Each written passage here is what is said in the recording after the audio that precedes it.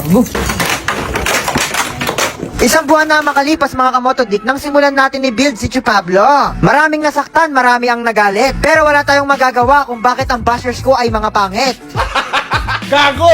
Sinimulan natin ito sa pagbaklas ng mga cover niya. Tapos pininturahan na rin natin yung chassis niya. Grabe, napakaganda! Tapos napakakintab din ang pintura niya. Isinunod na rin natin pinturahan yung mga cover ni Chu Pablo. Hanggang sa malagyan na natin ito ng primer at nakulayan ng kulay pula, tsaka natin nilagyan ng decal. Pagtapos natin maglagay ng decals mga kamotodik, binaon natin yan sa clear coat para mas maganda.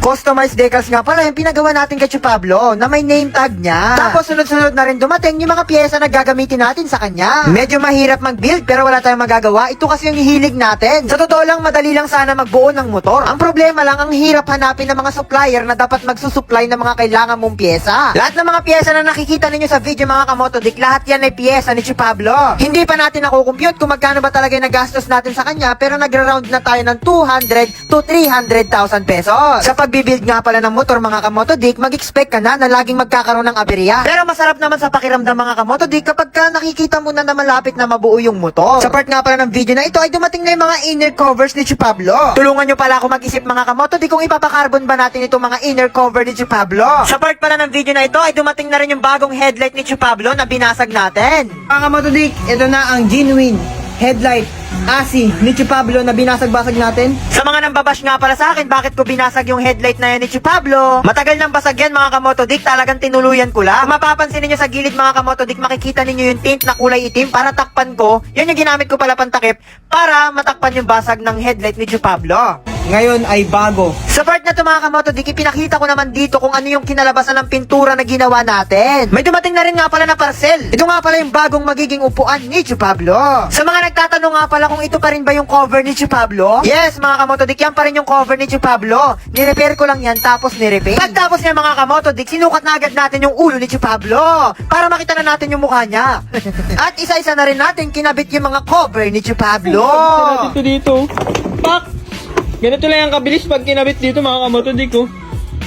Mga kamotodik, ganun lang kadali, nakabit na agad natin. So, at kinabit na rin natin yung mga ibang cover ni Chu Pablo. At syempre, kung makikita ninyo sa video, napakaganda na ng tindig ni Chu Pablo.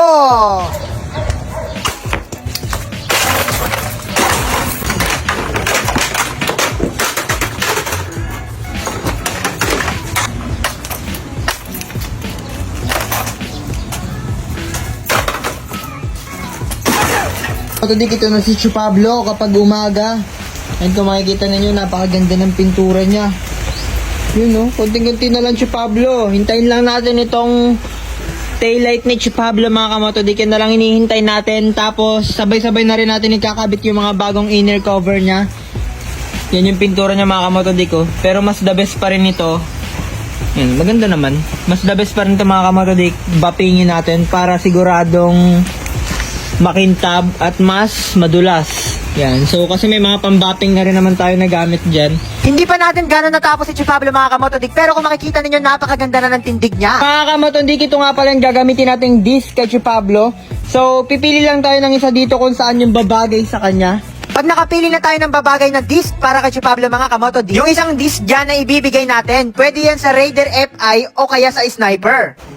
Kaya comment mo na yung motor mo sa baba at baka ikaw na yung manalo ng isang disc na ito. So, let's go! Hanggang dito na lang ang video natin mga kamotodik. Abangan nyo na lang next vlog yung magiging katapusan ni Chu Pablo. Goodbye, Motodik is here. Kita-kita na lang ulit tayo sa sunod na video. Paalam! Tapos ang video mga kamotodik, may pinapakilala ko sa inyong laro kung saan ako kumikita ng totoong pera. Sa Photon Game, dahil sa Photon Game, nakabili na tayo ng ating bagong Ford Raptor. Kaya mga kamotodik, tuturuan ko kayo kung paano maglaro ng Photon Game. Ang paborito ko nilalaro dito mga kamotodik, itong mine. Napakadali lang manalo dito mga kamotodik, iiwasan mo lang yung 4 na bomba. And kung makikita ninyo mga kamotodik, 20,000 pesos yung tinaya natin dyan. Tapos, pipili lang tayo ng gold bar at iiwasan natin yung mga bomba. And kung makikita ninyo mga kamotodik, yung 20,000 natin, naging 63,000 na kagad. Ganun lang kadali. Naging 63,000 na kagad. Yan, napakadali lang maglaro nito mga kamotodik. Nasa comment section ko yung link. Yan nun, dami nating napanalo ng pera na naman.